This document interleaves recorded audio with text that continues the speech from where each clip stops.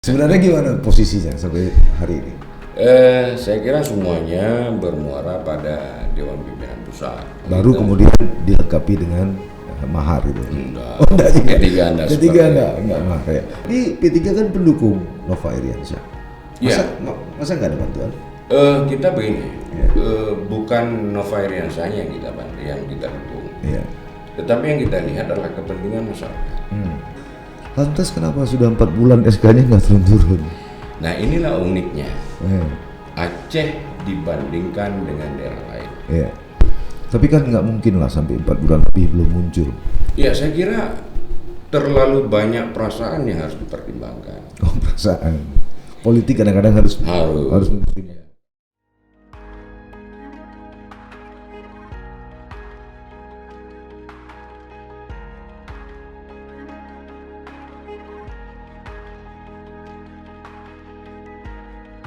Assalamualaikum warahmatullahi wabarakatuh. Sahabat sisi lain, berbagai fakta, data, dan peristiwa terjadi. Media mainstream, bahkan media sosial, melihatnya dari satu sudut, tapi kami mengungkapnya dari sudut yang berbeda. Ikuti sisi lain di channel YouTube Saleh Abdullah.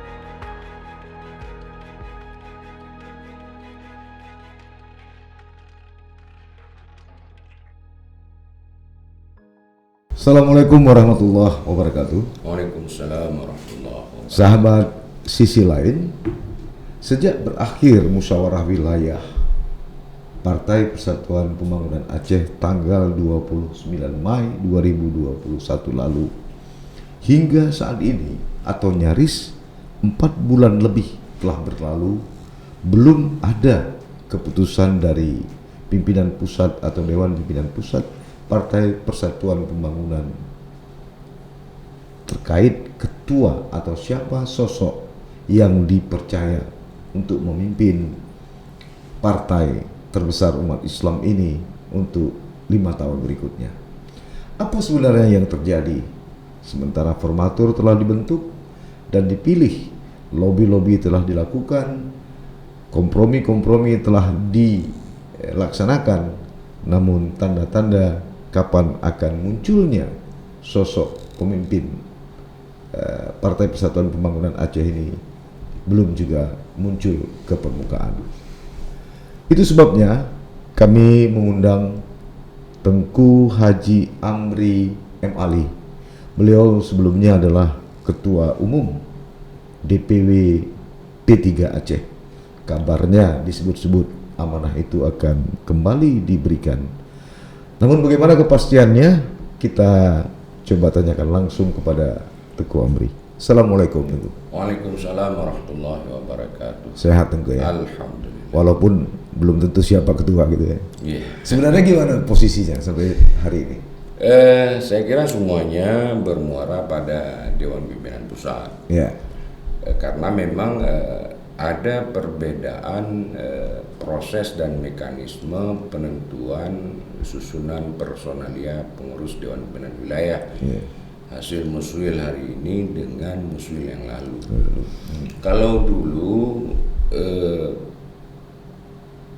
beberapa dekade yang lalu itu sistemnya formatur mutlak, artinya forum musyawarah wilayah memilih anggota formatur yang kemudian formatur memiliki kewenangan mutlak untuk menyusun kepengurusan. Nah, dekade terakhir sebelum muswil ini itu dilakukan melalui mekanisme pemilihan ketua dulu. Jadi tahap pertama memilih ketua, setelah ketua terpilih baru formatur. Kemudian ketua terpilih bersama dengan formatur menyusun kepengurusan. Nah, pada muswil yang ke-9 ini berdasarkan keputusan muktamar yang lalu, maka mekanisme itu berubah. Suara terbanyak tidak menentukan sebagai pemenang untuk menyusun ketua. Formatur dibentuk hanya untuk memperoleh masukan dan pertimbangan.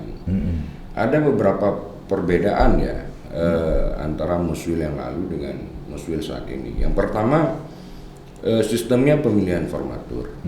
Kedua, komposisi formatur itu berbeda. Ada formatur yang ditunjuk oleh DPP itu adalah personal dari DPP sebagai ketua Unsur DPP.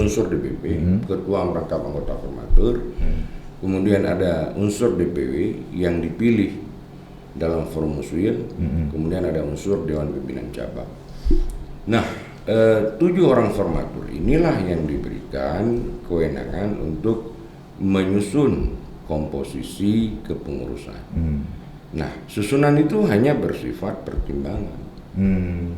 DPP yang akan memutuskan termasuk ketua. Ya, siapa yang akan dipercayakan sebagai ketua Dewan Pimpinan Wilayah melalui pertimbangan-pertimbangan yang mendalam tentunya. Artinya ada celah negosiasi juga di sini kan?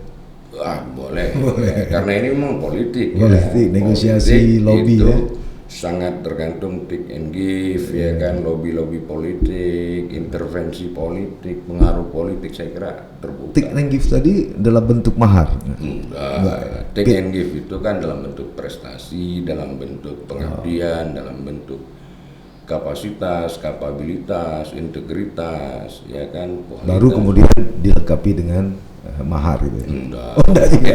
Ketiga enggak mahar ya. Oke, kemarin dari hasil muswil kemarin itu siapa-siapa aja nama yang muncul? Tengku berapa? Kemarin itu kan yang menyatakan diri.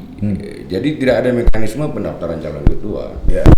Ya, jadi calon ketua itu kan hanya muncul sebagai sebuah isu di luar mekanisme pendaftaran, karena kita tidak membuka pendaftaran calon. Ya, yang menyatakan diri siap menjadi ketua DPW itu antara lain ya saya, Dr. Andes Haji Anwar Idris, anggota DPR RI P3 dari Dapil 2, kemudian Haji Iliza Samdin Jamal dari anggota DPR RI dari Dapil 1. Nah, tidak ada pemilihan ketua, yang ada pemilihan formatur.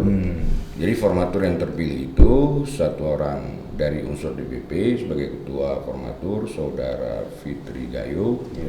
Kemudian dari unsur DPW itu saya, dari unsur Dewan Pimpinan Cabang ada 5 orang, ada Saudara Musanif Aceh Besar, Saudara Devunas Aceh Selatan, Saudara Muzani Aceh Jaya, Saudara Muzakir Aceh Tenggara, dan Saudara Dr. Zainuddin Duba dari Aceh Utara. Ya, pelaksanaan muswil ini kan dari hasil pantauan kami berjalan lancar, aman, tertib dan terkendali. Benar.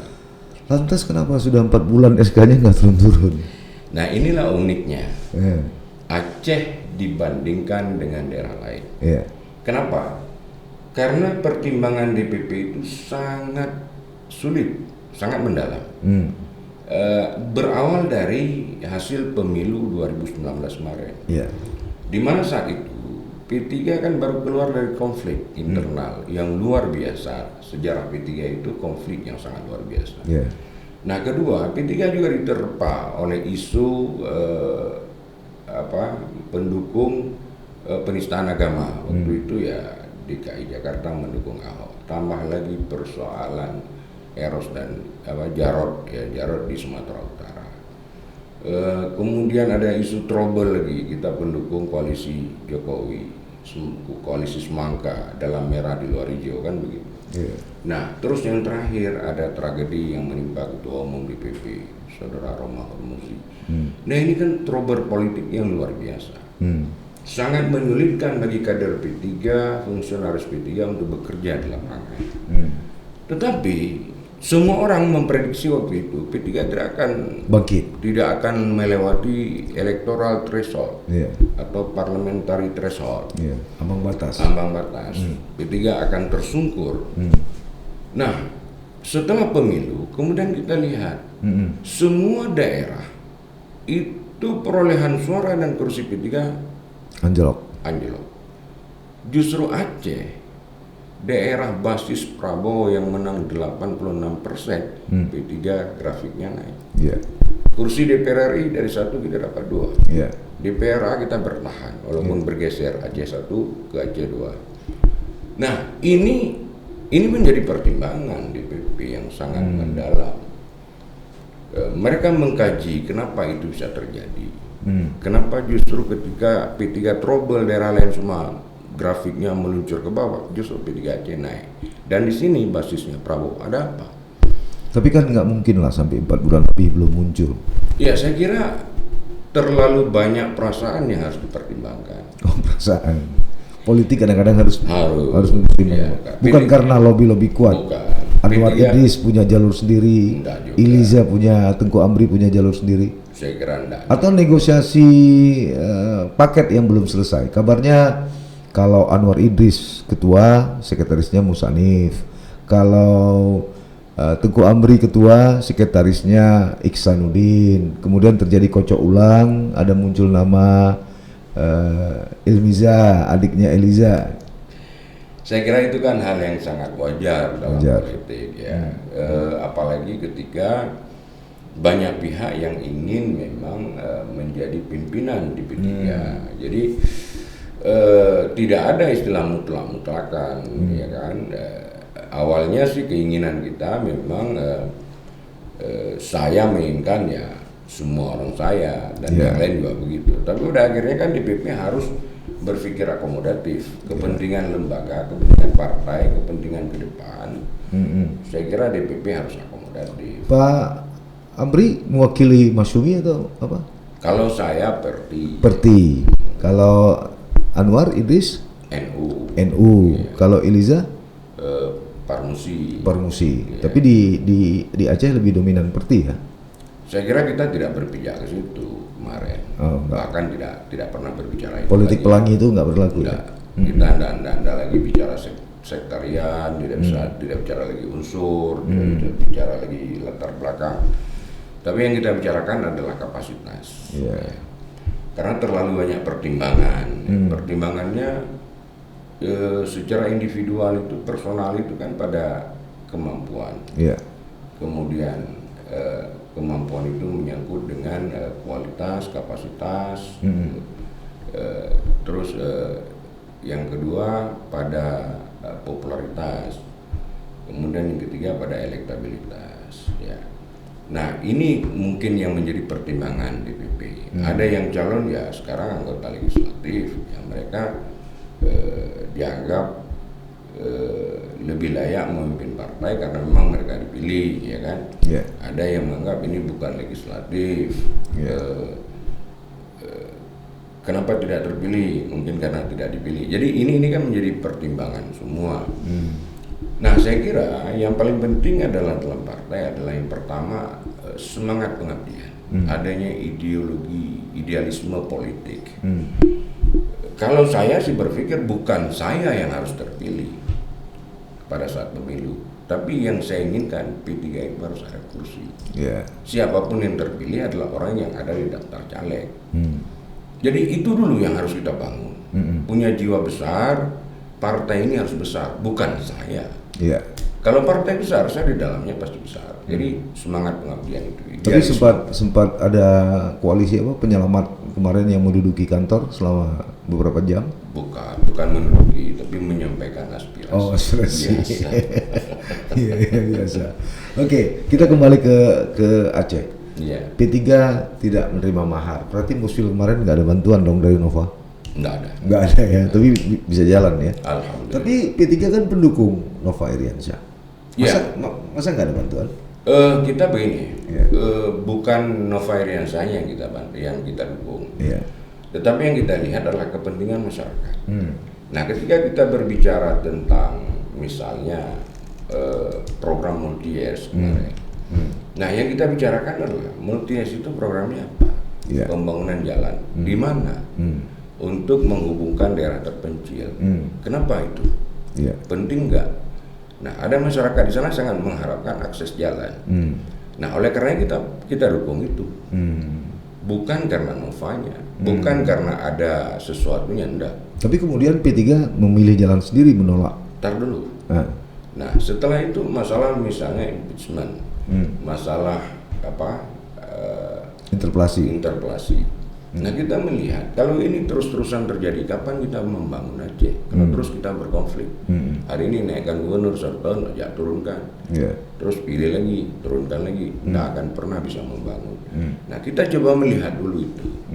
Nah, setelah multi-years kita mendukung pemerintah karena ini ada mengandung kepentingan masyarakat. Nah, kemudian mengenai hak angket tadi juga kita berdiri pada posisi yang lebih besar kepentingannya kepada rakyat. Nah setelah itu kemudian dikaji hasil kerja. Nah maka teman-teman di fraksi melihat terlalu banyak hal yang membuat kita tidak mungkin bisa mendukung. Nah saat itu kan sudah muswil. Yeah. Posisi saya gimana ya, antara ada dan tidak ada. Status quo. Ya, artinya secara de facto saya merasa masih ketua DPW. Yeah. Kenapa? Karena berdasarkan ADRT, kemudian PO, kemudian Juknis dan tata tertib muswil, di sana ada satu klausul yang menyatakan bahwa setelah formatur diberikan waktu untuk formatur diberikan kewenangan untuk menyusun kepengurusan selama 14 hari kerja. Yeah. Setelah formatur menyelesaikan pekerjaannya dan mengumumkan susunan pengurus, kepengurusan lama dinyatakan demisioner. Nah, karena formatur belum mengumumkan kepengurusannya, hasil kerjanya, maka saya anggap belum demisioner. Itu pemahaman saya, tapi kan pemahaman yang berbeda dari teman-teman. Nah, saya menganggap daripada ini menjadi ikhtilaf, ya saya tidak terlalu campur. Nah, semua kebijakan itu saya serahkan pada fraksi, ya silakan fraksi buat rapat ambil keputusan. Jadi penolakan kemarin penilaian fraksi setelah mengevaluasi beberapa ada beberapa kegiatan yang mungkin menurut mereka, tapi di luar sempat beredar soal apendik kan, dan di dalamnya itu ada fraksi P3. Ya saya kira itu kan wajar-wajar saja, karena memang itu kan sebuah kebijakan yang disusun dalam bentuk program. Nah kemudian dievaluasi tidak bisa jalankan, ya silakan dibubarkan saja. Ya kan? Yeah.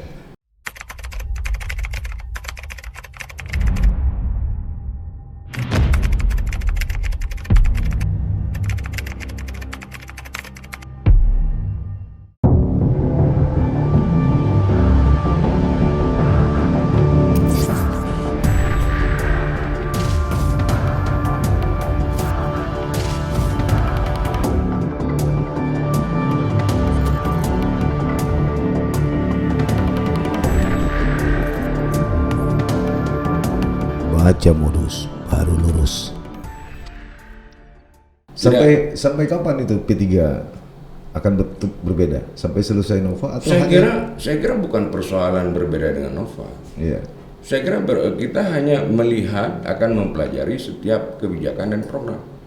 Kalau kemudian besok Pak Nova sebagai Gubernur Aceh kemudian mampu menyusun sebuah program dan kebijakan yang sangat dibutuhkan oleh rakyat, bukan berarti P3 akan menolak. Jadi dinamis lah ya. Jadi kita bukan subjektif, kita objektif pada programnya. Iya, dinamis lah ya. Ada kalanya berbeda, ada kalanya bersama gitu. Iya, karena kita nggak ada ikatan koalisi. Nggak ada ikatan koalisi. Iya. Nggak ada perjanjian apapun. Atau ada ikatan kepentingan? Saya kira ke politik adalah kepentingan, kalau bukan kepentingan, ngapain kita berpolitik? Masih menjadi Pensus, Pak Amri? Enggak lagi ya, tapi sempat menjadi Pensus. Ya. Berapa bulan? Berapa bulan? 6 bulan atau 7 bulan? 6 bulan.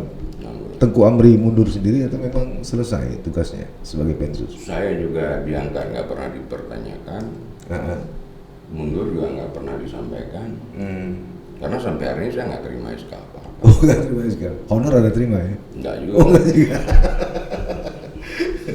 Baik, bagaimana penilaian Tengku Amri ya, baik sebagai politisi maupun ketua terhadap pola kepemimpinan Aceh hari ini? Saya melihat ya sebagai manusia pasti banyak kekurangan. Ya. Ada sisi baik sih, mesti ada. Ya. Tetapi apa yang dilakukan oleh pemerintah Aceh hari ini belum dirasakan manfaat yang langsung ya oleh masyarakat, terutama bidang pemberdayaan ekonomi. Ya, kita melihat ya sampai hari ini Aceh itu tetap mengandalkan realisasi APBA agar regulasi ekonomi itu berjalan di Aceh. Tetapi ketika Silpa mencapai 3 triliun lebih. Nah ini kan sebuah keprihatinan. Ya. Iya. Kenapa? Karena hari ini kita tidak diperintahkan oleh negara mencari uang. Jadi tidak ada kebijakan dari undang-undang konstitusi negara, pemerintah daerah itu cari uang sendiri, tidak ada. Kebijakan undang-undang kita, pemerintah daerah diberikan kewenangan menghabiskan uang. Kenapa? Karena memang semua uang yang kita terima itu bantuan dari pemerintah pusat. PAD kita cuma berapa? Dari sekian triliun APBA kita hanya berapa ratus miliar PAD. Artinya yang digali oleh pemerintah daerah itu hanya secuil. Yang lain yang besar itu adalah pemberian pemerintah pusat. Tapi itu kan bisa dianggap sebagai stimulus untuk membangkitkan perekonomian di daerah. Iya, saya tidak membantah itu. Tapi artinya ketika kita bandingkan yang kita cari hanya secuil, sementara yang diberikan oleh pemerintah lebih besar, artinya pemerintah memerintahkan kita habiskan uang ini dalam bentuk program dan kebijakan pembangunan. Nah, ketika itu tidak mampu kita lakukan, saya kira silakan nilai sendiri. Terlalu bodoh kita ya. Terlalu naif. Ya. Jadi saya kira sebenarnya yang paling penting kalau di Aceh adalah yang harus diutamakan itu dua hal. Prioritas. Pembangunan ekonomi dan pembangunan agama. Kenapa? Karena memang itu sudah menjadi bahagian terpenting masyarakat Aceh. Ekonomi, orang sangat membutuhkan untuk menghidupkan dirinya. Dengan ekonomi, pendidikan tumbuh, kesehatan bagus, semua sektor akan berdenyut. Agama menjadi penting karena itu menjadi ruh dan semangat bagi kehidupan bermasyarakat. Jadi saya kira dua hal itu saja dulu yang harus dilakukan. Dalam pandangan fraksi beberapa waktu lalu terkait dengan LKPJ narasi-narasi yang dibangun oleh fraksi P3 memang membuat orang terbuka mata dan terbelalak. Lalu muncul persoalan kemudian bahasa-bahasa rumor di luar. Kok P3 terlalu lambat bangun tidur gitu? Bukan lambat. Bukan lambat. P3 bukan lambat. Kita kan harus begini, dalam mengambil suatu sikap, tentu kita harus belajar dulu. Kita harus pelajari dulu, teliti. Nggak bisa sembarangan. Karena apa? Ketika kita ingin mengkritisi katakanlah seorang pimpinan gubernur, itu ada marwah, ada martabat yang melekat pada pribadi orang itu. Nah, nggak bisa serta-merta. Kalau bahasa Aceh nggak bisa tangkrong. Kita pelajari dulu. Nah, secara kepemerintahan, ada enggak kebijakan yang merugikan rakyat? Ada enggak kebijakan pembangunan yang belum dilaksanakan dengan sesuai dengan SOP yang seharusnya? Nah, ketika itu muncul dan ada persoalan-persoalan, maka kita akan mengkritisi itu. Jadi nggak bisa. Jadi artinya P3 benar-benar mengambil prinsip tidak ada teman dan musuh abadi dalam politik. Yang ada kepentingan, nggak begitu? Nggak begitu. Tidak ada teman dan musuh yang abadi dalam politik, tetapi kepentingan rakyat itu di atas segala-galanya. Kalau saya bisa mengambil filosofi yang saya baca di mobil tangki CPO itu, we are solution. We are your solution. Jadi kami adalah solusi Anda. Jadi kalau saya bilang P3 itu we are your aspiration. Kami itu adalah saluran aspirasi Anda. Jadi kita harus melihat secara objektif, jangan subjektif. Saya kira begitu. Pasca penolakan kemarin, ada nggak sering duduk lagi dengan gubernur? Saya kira tidak hanya pasca itu, sebelum itu saya juga jarang duduk. Oh gitu. Tapi ketua fraksi sering ya bertemu dulu sebelum berbeda ini kan, ada nonton bareng, makan durian bareng di Belang Padang kan. Tapi sekarang udah enggak lagi ya. Kalau saya kan nggak ikut, saya nggak tahu. Masa ketua partai nggak dilibatkan? Saya banyak kegiatan lain, sehingga mungkin ya pernah diajak, tapi tidak bisa hadir ya. Jadi saya kira nggak ada masalah. Kalau itu kan hubungan silaturahmi, hubungan semangat pertemanan ya biasa saya kira. Politik tidak boleh menghilangkan, memutuskan silaturahmi. Kita berbeda dalam persepsi dan pandangan politik ya silakan hak kita. Tetapi silaturahmi sesama umat Nabi ini nggak boleh. Sesama anak bangsa. Sama anak bangsa, selama umat Islam, bersama umat Nabi, ya kan? Iya. Itu tetap harus kita jaga. Untuk jaga. Ya. Terakhir ini ya, gimana pendapat Tengku Amri perkembangan APBA ke depan yang sampai hari ini juga masih kuat sekali tarik menarik? Saya kira yang pertama prinsipnya, kalau pemerintah dengan legislatif masih berbeda, yang rugi rakyat. Pemerintah tidak akan rugi, karena aparatur pemerintah tak bisa digaji. Tanpa pengesahan APBA mereka bisa digaji. Legislatif juga begitu.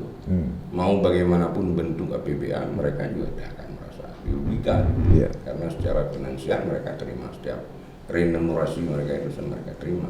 Tetapi rakyat yang dirugikan. Nah, saya kira kalau pemerintah dan legislatif belum bisa menyatukan visi, persepsi, dan pandangan dalam merumuskan konstruksi APBA, maka saya kira. Tapi jamak diketahui oleh publik, ketidaksepakatan ini kan karena nggak sama bagi. Saya nggak tahu itu. Nggak tahu ya. Karena APBA itu menurut pemahaman saya bukan persoalan bagi-bagi, tetapi adalah bagaimana merumuskan konstruksi APBA yang mampu mengadopsi visi misi gubernur ketika kampanye dan mampu mengakomodasi aspirasi yang menjadi tugas daripada DPR. Ya, tapi kan pembahasan awalnya di DPR, lembaga DPR kan lembaga politik.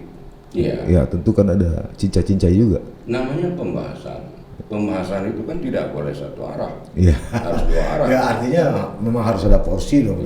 Kalau arahnya nggak ketemu maka untuk bisa ketemu ketemu arah, saluran mata angin itu harus dibuat juga kan. Ya itu kan persepsi, silakan. Kan? Itu hak setiap orang. Tapi saya selalu mengungkapkan bahwa APBA itu merupakan anggaran belanja yang diatur oleh undang-undang, kemudian diawasi oleh aparatur hukum, diperiksa oleh inspektorat dan badan pemeriksaan, dilaksanakan oleh pemerintah. Saya kira di sana kan jelas bahwa itu bukan persoalan bagi-bagi. Nah, kalau memang setiap orang karena pengabdiannya, karena kinerjanya, karena kesungguhannya melakukan upaya untuk kepentingan Aceh dan rakyat Aceh, kemudian dia mendapatkan nikmat, saya kira agama pun tidak akan pernah melarang itu. Toh jadi anggota DPRA juga nggak gratis ya? Iya. Baik Tengku Amri, terima kasih atas kehadirannya. Sebenarnya kita harus bicara lebih panjang, cuma karena waktu yang terbatas. Mudah-mudahan ini juga bisa diambil kesimpulan oleh para pemirsa kita, dan insya Allah jangan pernah bosan kalau kemudian kami undang kembali. Sahabat Sisi Lain, itu tadi perbincangan kami dengan Tengku Haji Amri Ali. Kesimpulan tergantung pada Anda. Apakah politik ini linier atau penuh pelangi? Apakah memang benar lembaga parlemen itu tidak ada bagi-bagi, atau memang sebaliknya?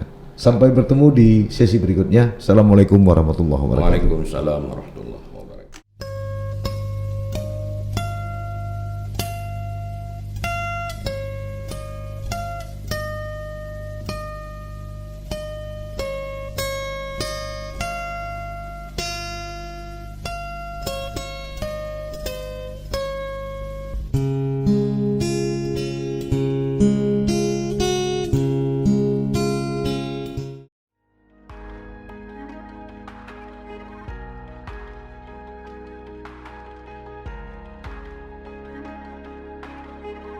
Jangan lupa like, komen, dan subscribe.